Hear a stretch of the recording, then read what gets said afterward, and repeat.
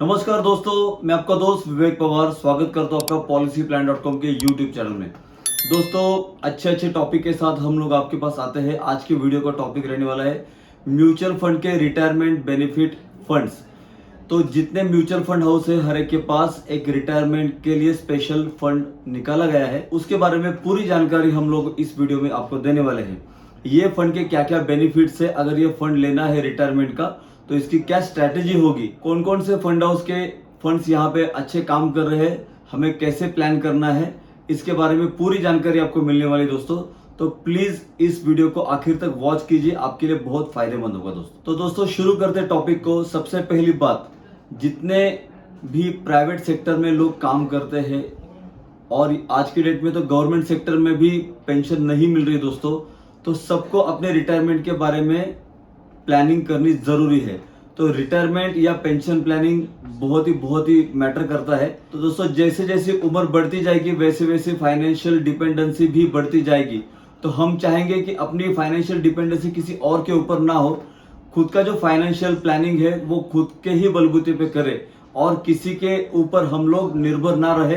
Retirement planning के बारे में बताने से पहले हम आपको एक बताना चाहेंगे दोस्तों, हिंदी में दो वर्ड है, बूढ़ा और बुजुर्ग। बुजुर्ग लोगों को पूछे बगैर घर में कोई भी फाइनेंशियल डिसीजन लिया नहीं जाता, उनको सब लोग पूछते हैं, उनको बहुत कीमत मिलती है। बुजुर्ग को जो कीमत वैल्यू है वो बहुत ज्यादा रहती है कंपेरेटिवली बूढ़े के।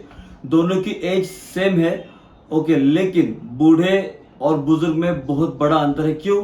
क्योंकि बुजुर्ग लोगों ने बहुत कुछ उनके लाइफ में कर दिखाया है। तो दोस्तों, अपनी भी रिटायरमेंट बूढ़े के जैसे नहीं, बुजुर्ग के जैसी होनी चाहिए। तो जैसे हम 60 के बन जाएंगे तो दोस्तों हमें अपने बलबूते के ऊपर अपनी रिटायरमेंट करनी जरूरी है। देखिए, रोज की जो नेसेसरी चीजें हैं, रोज का जो फाइनेंशियल बैकअप लगने वाला है, उसके लिए एक बड़ा किटी लगने वाला है दोस्तों। एक बड़ी अमाउंट आपके अकाउंट में चाहिए जिसके ऊपर आपका मंथली जो खर्चे है वो जैसे आपकी आज की लाइफस्टाइल है, तो उसी लाइफस्टाइल को मेंटेन रखने के लिए जो भी पैसे आपको लगने वाले हैं उसका जो है प्लानिंग करना बहुत जरूरी है। तो इसमें क्या क्या चीजों का हमें ख्याल रखना है दोस्तों। तो देखिए, सबसे पहली बात तो हमें अर्ली स्टार्ट करना जरूरी है। जैसे मेरा इनकम स्टार्ट होता है, मुझे जो रिटायरमेंट के लिए प्लानिंग इमीडिएटली करनी जरूरी है। तो हम जान लेते हैं कि रिटायरमेंट बेनिफिट जो फंड है म्यूचुअल फंड में, वो क्या कहते हैं, कैसे हमको इसमें हेल्प करते हैं। तो दोस्तों, इसमें हम जो टॉप के फंड्स है उसके बारे में भी बताएंगे, लेकिन स्पेशली बताने वाले हैं SBI retirement benefit plan aggressive. ये इक्विटी वाला फंड है दोस्तों। इसमें लगभग 100% इक्विटी में इन्वेस्टमेंट किया गया है। ये फंड 2021 को स्टार्ट हो गया था। 2023 तक इसने लगभग 40% तक रिटर्न दिए। इसके एवरेज रिटर्न पूछेंगे तो 16% सालाना रिटर्न इन्होंने दिए हैं। आज की डेट में इसका फंड साइज है दोस्तों 1230 करोड़ का। इसका जो एक्सपेंस रेशो है वो भी 1% से नीचे 0.92% रेशो है। इसका एक्सपेंस रेशो मतलब फंड मैनेजमेंट चार्जेस इसके 1% से भी कम है दोस्तों। ये फंड जो है ये मिड कैप, स्मॉल कैप और लार्ज कैप में लगभग 50% से भी ज्यादा पैसे है। मिड कैप, स्मॉल कैप में 15% है और अदर जो स्टॉक्स है उसमें उन्होंने लगभग 15%, ऐसा 100% तक का इन्वेस्टमेंट इक्विटी में पूरा किया गया है। इसलिए इसको एग्रेसिव रिटायरमेंट बेनिफिट प्लान कहा गया है। इसके कंपैरिजन में हमने स्टडी किया तो HDFC के भी फंड है, ICICI के भी फंड है और निपॉन इंडिया के भी फंड है। तो इनके एवरेज रिटर्न आप देखोगे तो 3 साल के, 5 साल के जो एवरेज रिटर्न है वो 30%, 25%, 60%। SIP के रिटर्न की बात कर रहा हूं मैं।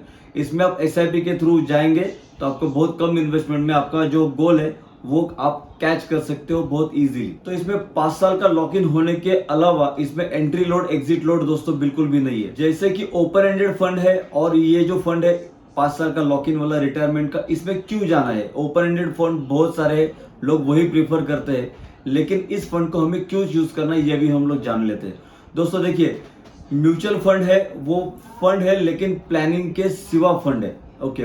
इसमें फंड है लेकिन प्लानिंग नहीं है। तो यहाँ पे फंड को नाम ही दिया जाता है रिटायरमेंट बेनिफिट प्लान। तो मैं जब रिटायरमेंट बेनिफिट प्लान में पैसा डालूंगा तो मेरे दिमाग में मेरा गोल रहेगा कि ये जो फंड है ये मेरे रिटायरमेंट के लिए है। ये दोस्तों सिर्फ मेरा ही रिटायरमेंट नहीं है, मेरे वाइफ का भी रिटायरमेंट है, क्योंकि she is a house wife, okay. मेरे ऊपर वो डिपेंड है। तो ये सिर्फ मेरा ही नहीं, मेरे बाद उसका भी है, या मान लेते हैं ये दोनों का रिटायरमेंट प्लान है। तो दोस्तों, आपको ये भी बताएंगे कि रिटायरमेंट के जितने ऑप्शन है मार्केट में, जिसको हम ईपीएफ बोलते हैं, एम्प्लॉयज प्रोविडेंट फंड, या पीपीएफ का अकाउंट लोग ओपन करते हैं, पब्लिक प्रोविडेंट फंड, या इंश्योरेंस के रिटायरमेंट के प्लान है, या हम लोग लॉन्ग टर्म सेविंग के प्लान लेते हैं और उससे हम लोग रिटायरमेंट का प्लानिंग करते हैं। तो दोस्तों आपको बताना चाहूंगा, ये उससे कई गुना बेटर आपको रिटर्न देगा, क्योंकि यहाँ पे एवरेज जो रिटर्न मिलने वाला है तो 14 to 15% एवरेज रिटर्न मिलेगा। एसआईपी है, इसमें कोई चार्ज नहीं है, ओपन एंडेड है, आप कभी भी पैसा निकाल सकते हो 5 साल के बाद। इसमें मिनिमम इन्वेस्टमेंट है, एसआईपी के थ्रू आप जाते हो तो 500 रुपए से मिनिमम इन्वेस्टमेंट है। 500 रुपए, 1000 रुपए, 2000 रुपए, 5 जितना भी चाहिए आप एसआईपी मतलब सिस्टमेटिक इन्वेस्टमेंट के थ्रू आप इन्वेस्टमेंट कर सकते हो। और लमसम की बात करें तो minimum is 5000 rupees, 5000 minimum investment है अगर लमसम जाना है। तो मैं एसआईपी भी शुरू करूं और उसमें जो भी मुझे लमसम अमाउंट एक्स्ट्रा मिले तो वो भी मैं डाल सकता हूं दोस्तों। और एक बात आपको बताना चाहेंगे, जब हम एसबीआई के बारे में बात कर रहे हैं, एसबीआई म्यूचुअल फंड के बारे में, देखिए दोस्तों दिसंबर 2020 तक का एक फिगर मिला है जो कहता है कि 40 लाख करोड़ का AUM, asset under management mutual fund industry का टोटल है, उसमें से 7.22 लाख करोड़ का एयूएम जो है सिर्फ अकेले एसबीआई के पास है। तो एयूएम के तौर पे number 1 fund house SBI mutual fund ही है। तो हम लोग जान लेते हैं दोस्तों कि हमें रिटायरमेंट प्लान चूज करते समय क्या क्या चीजों को ध्यान में रखना चाहिए। तो सबसे पहले हमें डिसाइड करना है कि मुझे कब रिटायरमेंट करना है। अर्ली रिटायरमेंट लेनी है, 60 में रिटायरमेंट है, कोई अगर बिजनेस वाला है तो 65 में भी रिटायर हो सकता है, कोई अगर बहुत अच्छे इनकम वाला है तो 50 में भी रिटायर हो सकता है दोस्तों। तो रिटायरमेंट की डेट, रिटायरमेंट की एज आपको पहले डिसाइड करनी पड़ेगी दोस्तों। हमारा जो ऐप है फॉर्च्यून एमएफ, वहां पे इन्वेस्टमेंट के पूरे एसआईपी के रिटायरमेंट के कैलकुलेटर्स है और हम आपको फ्री फाइनेंशियल प्लानिंग भी प्रोवाइड करते हैं। फॉर्च्यून एमएफ ऐप को डाउनलोड कीजिए, फॉर्च्यून एमएफ की वेबसाइट पे जाइए, हम आपको फ्री फाइनेंशियल प्लानिंग देंगे, डायरेक्ट कॉल भी करेंगे।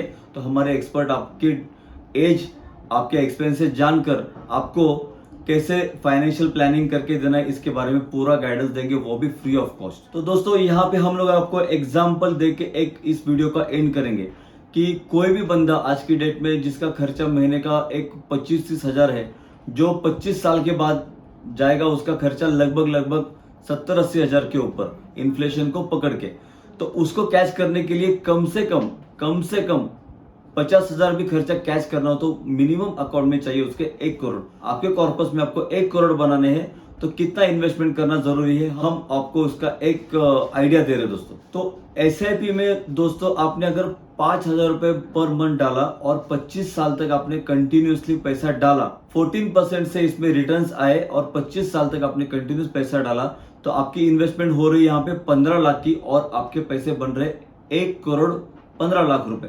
तो ऑलमोस्ट आपका फायदा हो रहा है 1 करोड़ रुपए का, सिर्फ 15 लाख का इन्वेस्टमेंट और 1 करोड़ का आपका टोटल फायदा। लेकिन आपका कॉर्पस बनेगा 1 करोड़ 15 का, लेकिन उसमें अगर आपने स्टेप अप एसआईपी की 10% से तो और भी ज्यादा कॉर्पस बनेगा।